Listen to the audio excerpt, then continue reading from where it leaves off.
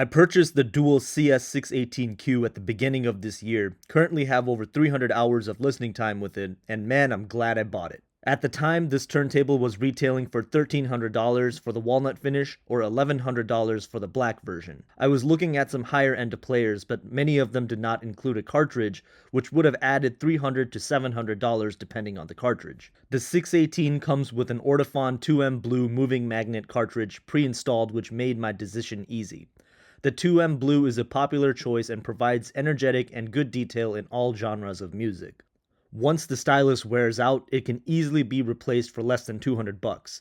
The overall lifespan of the stylus is rated at 1,000 hours. Out of the box, the 618 is straightforward setting up and takes less than 20 minutes to get up and running. The tracking angle comes calibrated out of the box, and you can easily adjust it if you need to. The counterweight screws on to the back of the tone arm, and setting the tracking force can be done pretty easily with the tone arm scale, which I'll link down below. You can attach the dust cover to the unit, but I keep mine detached and completely take it off when playing music as it delivers better sonic performance.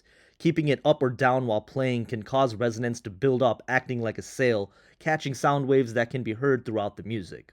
A rubber placemat is provided, but I'm using an acrylic platter and find it to have better clarity. If you do use an aftermarket mat or platter, make sure to adjust the tracking force as the height will have a slight difference. The tracking force should be set anywhere from 1.9 to 2.5 grams.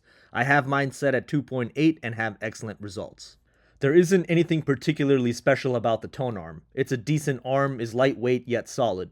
I'm not sure if it can be swapped out for a better one, but overall I don't see any reason to make any changes, as it performs great without any issues, and I don't think it's really worth it at this level of a turntable. I'm a direct drive kind of guy. I prefer it over belt-driven players, as when built properly, direct drive has no audible motor noise, and you don't have to fuss around with replacing the belt once it wears out.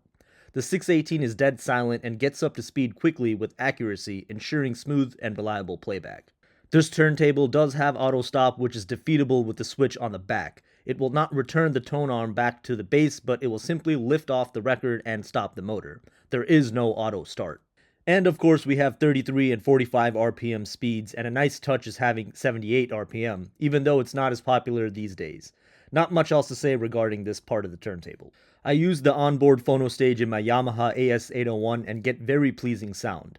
The phono that's built into the turntable is good enough to get you started, but I found it to sound dull versus the 801. If you use an external phono stage, remember to ensure the switch at the back is set to phono, or else you'll get a weak, low volume signal. A few areas for improvement would be a denser plinth, as it feels a bit hollow inside and not exactly solid wood or MDF. I feel like a turntable at this price could use a little bit more weight, but the lower density doesn't affect the sound from my experience. Another thing is I tend to dislike gloss finishes on most things, and the glossy walnut finish on this is no exception. It attracts fingerprints and looks less premium versus a satin finish. Aside from those things, I don't really have anything else to complain about. So, should you buy one? Well, before the price increase, I would have said yes 100%. Remember, I paid $1,100 when this went on sale, but now this retails at $1,600, which still isn't too bad, but there may be other options you might want to consider. The dual CS529 is a good choice, but has a lower tier cartridge, which is an Ortofon 2M red moving magnet, and retails at $1,400. The Fluence RT85 is a close contender, fitted with an Ortofon 2M blue moving magnet cartridge, but it is belt driven. At $550, I think this is a great value player, especially if you're just getting into vinyl. And please never buy those stupid all-in-one players that cost $200. You're better off saving up some cash and then getting something like the RT85. If you do prefer a belt-driven turntable, check out the Mobile Fidelity Ultra Deck, which comes in at $1,800 with a cartridge included. The Audio-Technica AT-LP8X is another good option at $1,300. The Technics SL1500C at $1,500 is also a nice option.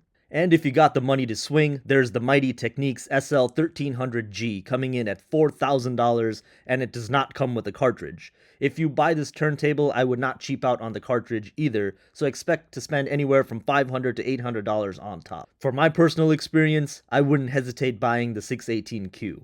I highly recommend this turntable. It's got solid performance, great sound, and nice aesthetics to top it off. And remember, the condition of your vinyl, pressing quality, and the overall album mastering has a huge impact on the final sound, even if your player is high-end. That's going to be all for this video. I hope you guys found some of this information useful. If you have any questions, let me know down in the comments. I always try to get back to you guys. Thanks for watching, take care, and I'll catch you in the next one.